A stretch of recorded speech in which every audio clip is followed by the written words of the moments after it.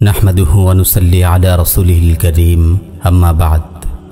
ইসলামের দৃষ্টিতে মানব জীবনের জন্য অপরিহার্য পাঁচটি বস্তু হলো দিন, আকল, জানমাল ও ইজ্জত। ইসলামী শরিয়া এই পাঁচটি বস্তুর প্রত্যেকটির সুরক্ষা নিশ্চিত করেছে। প্রিয় ভাই, মানুষের ইজ্জত ও সম্মান আল্লাহর কাছে অনেক মূল্যবান। আমরা সহজেই কারো ইজ্জত সম্মানে আঘাত করে বসি, যেন এটি একেবারেই সাধারণ একটি বিষয়। আমার ভাই, সারা জীবনের জন্য মনে এই কথা গেঁথে রাখুন, একজন মানুষের কাছে তার সম্মান তার জীবনের মতোই মূল্যবান। কারো ইজ্জতহানি করা তার রক্ত প্রবাহিত করার মতোই। বিদায় হজের ভাষণে রাসূল সাল্লাল্লাহু আলাইহি ওয়াসাল্লাম বারবার উম্মাকে এই বলে সচেতন করেছেন, ফাইন্না দিমাআকুম ওয়া আমওয়ালাকুম ওয়া আ'রাদাকুম আলাইকুম হারাম কাহুরমাতি ইয়াউমিকুম হাযা ফি বালাদিকুম হাযা ফি শাহরিকুম হাযা। তোমাদের রক্ত, তোমাদের সম্পদ, তোমাদের সম্মান পরস্পরের জন্য এরূপ পবিত্র যেরূপ পবিত্র এই দিন, এই শহর এবং এই মাস।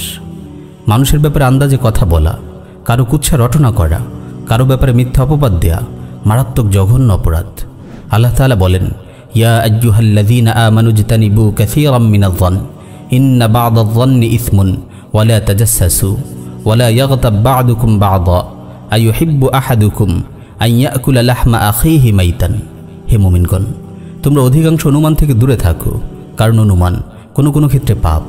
এবং তোমরা একে অপরের গোপনীয় বিষয় সন্ধান করো না, আর একে অপরের পশ্চাতে নিন্দা করো না। তোমাদের কেউ কি তার মৃত ভাইয়ের গোশত খাওয়া পছন্দ করবে? আমার ভাই, সাবধান, মানুষের ইজ্জত সম্মান নিয়ে ছিনিমিনি খেলবেন না।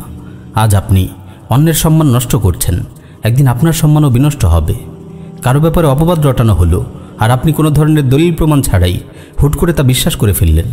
এমন মারাত্মক ভুল যেন কখনো না করেন।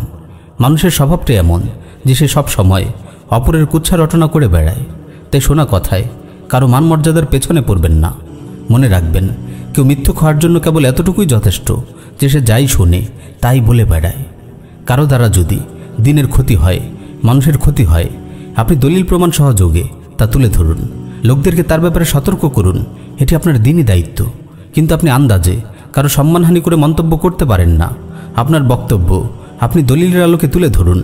কেউ ভ্রান্ত মতবাদ প্রচার করলে প্রমাণ সহযোগে তার খণ্ডন করুন, তবে হকের ঠিকাদারি নিতে যাবেন না। যখন যার ব্যাপারে ইচ্ছা মন গড়া মন্তব্য করবেন না। বিশেষ করে দায়ী ভাইদের এই ব্যাপারে খেয়াল রাখতে হবে।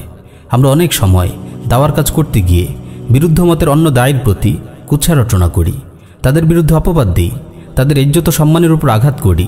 আপনি দেখবেন অনেক ভাই সামান্য মতবিরোধের কারণে অন্য দায়ী ভাইকে জঙ্গি ও খারিজি বলে অপবাদ দিচ্ছেন।